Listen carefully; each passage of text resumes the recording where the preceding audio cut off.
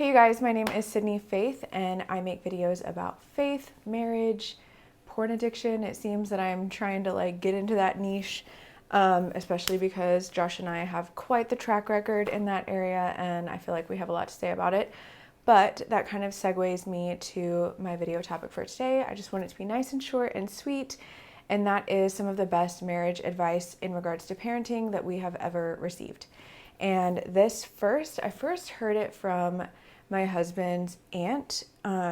His aunt and uncle are just truly like those mentor types. They just have raised 4 kids, they've moved, they've done mission work, they've done things that most families just don't put in the effort toward, in that they've just lived kind of an adventure of a life. And we look up to them from afar. They don't live near us, but we just admire them. And when I was pregnant with our daughter, his aunt just kind of, she's always sharing advice. She's just one of those people that always has something meaningful to say that's full of wisdom. And she was asking me if I planned on sleep training and just kind of like dancing around, trying to feel me out on what my plans were. And I just was so new to all of this. I was freshly pregnant and still kind of processing the whole idea. And I was just like, I don't know, I guess. And I had heard the book Baby Wise many, many times. And I was like, okay, cool. Like all these people that I look up to keep mentioning this one topic, which is sleep training and Baby Wise, which, if you feel differently about that stuff, that is totally fine. They are your kids to steward. My kids are my kids to steward. And like I said, the people that we looked up to the most, the people that had grounded marriages that lasted long and their kids were contributing to society and had big thoughts and had made big accomplishments and were just good all around people, those were the people that had a common theme throughout their children's upbringing. In feeling me out for that topic, she explained that they never let their children in their bed because her and her husband were like, no, that's the marriage bed and that's what we keep it as. This is not a place for our children. They can sleep in their own beds. If they have a bad dream, they get sick, we make allowances here and there on couches and stuff, but the marriage bed is the marriage bed. And she said the marriage is the first family and children are welcomed additions. And before having children, I was like, that sounds kind of like harsh. But after having 2, now I see oh my gosh, I'm so thankful that we chose the path that we chose with our kids. My 4-year-old is a great sleeper. I don't think she's ever slept with us.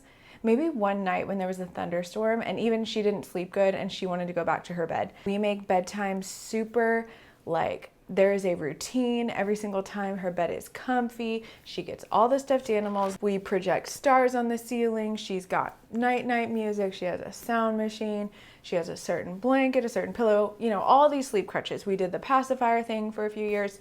And, I don't regret any of it because it always gave Josh and I a place in the bedroom to come back to be alone, to be together. And, when you're a couple that works many hours a week separately, or if you're a stay-at-home wife that's with your children so much of your life, I needed that reprieve at night. I was like, you know what? I share my whole everything with these kids.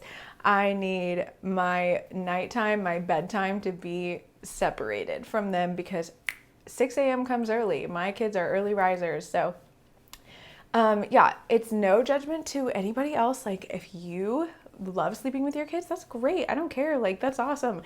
For me, it was just not something that I wanted to do. And I would consider that some of the best advice I've ever received because I refer back to it many times. I've thought about that statement many, many times over the past few years. Anytime that I want to put the kids over Josh or put something for my husband on the back burner. And this is very trad wife. I know that's so a buzz term right now. But I am a traditional wife in some senses, but I also own my own business and we make good money in that. And sometimes I take home more than Josh, like I've said in other videos. I've never taken allegiance with that. If anything, I want to look up to my husband. Even through his porn addiction, I was praying, God, I want to look up to this man. I want to submit to this man, but you've got to fix him. You got to help him out. I truly do want to share more about that journey. We are just uncovering layers and layers of that journey, but Today I just wanted to leave you with some really good wisdom from that woman, and I've heard it since then several times, but the marriage is the first family and children are welcomed additions. Like, we welcome them in, but it's me and Josh first. It's you and your husband first. And I think that just really is just such a good umbrella to put everything in life under with your family, because my kids don't have a firm foundation if there's no marriage. And that's fine. Divorce is so prevalent, of course, in this society, but we are actively fighting against those statistics.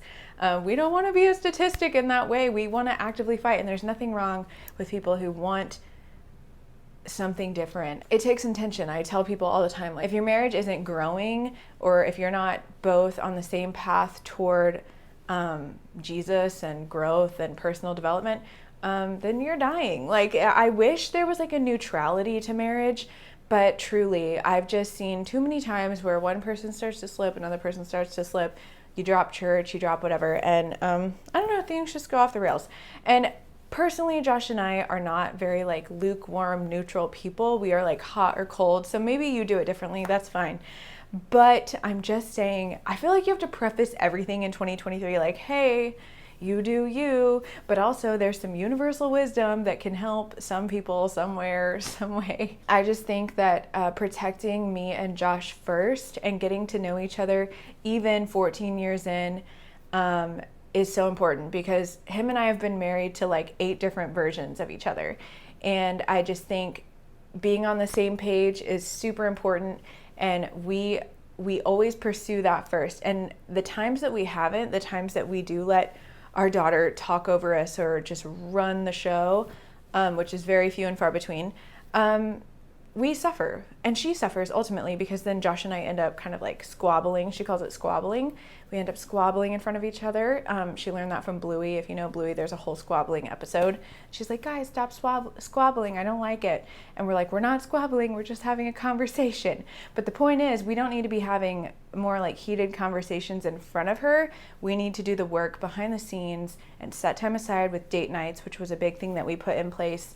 Our sex life, and with just being good and pursuing each other and getting to know each other week after week. Because I'll tell you, like, just in the last month, Josh and I have both been like, whoa, total reprogramming in like, we're 30 now, we have new goals, new ideas, and just always staying in touch with each other. And so like duh stuff with marriage, right? But you'd be surprised how many people just don't dive deep with their very own spouse who lives under the roof with them, and their spouse has OnlyFans account, follows, and the wife is spending thousands of dollars on a credit card, and no one knows what's going on. But we just really try to hit home base every single week, and we're not perfect, but y'all, we're almost to 10 years now after addiction struggles and like me wanting to leave a few times. We've come out on the other side of a few things now that I'm just like, you know what?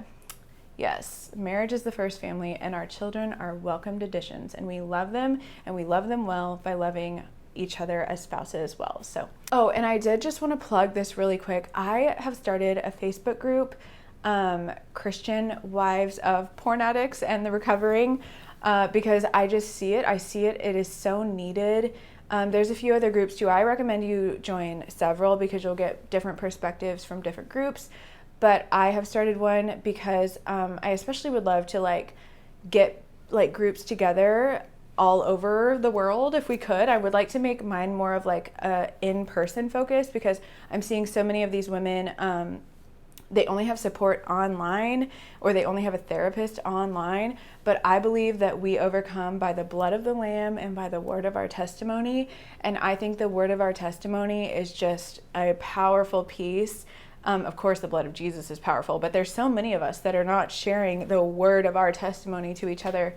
And I'll leave that Facebook link below. No pressure. Obviously, I'm not getting any money from it. I just want to maybe like start to create some more community around this topic, as I know so many of you have reached out to me over the years since I posted that video. Like that was like 4 years ago almost. And yeah, I know it's a big topic. I know it is. Even though it's so under wraps, even though there's so much anonymity around it, I just believe that God wants to do something in the church with it, aside from just recovery groups. He wants women to be talking. He wants us to be connected. And I've been reading more about like biblical women in the Bible, and like Abigail and Deborah, and just like these warrior women. And I am just feeling that call. Maybe you are too as a wife, I don't know, but maybe it's because I had a son and a daughter. I have both genders, and I'm just, like I just am kind of in that like battle drum stage for some reason, mama bear stage, where I feel like Satan tried to go after our marriage, and now me and my husband both have a focus on our kids, toward intentionality and raising them well.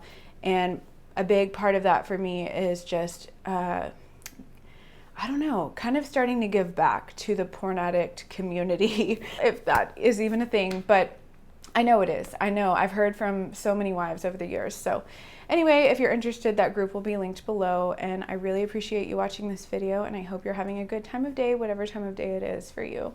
And I will see you in my next one. Bye.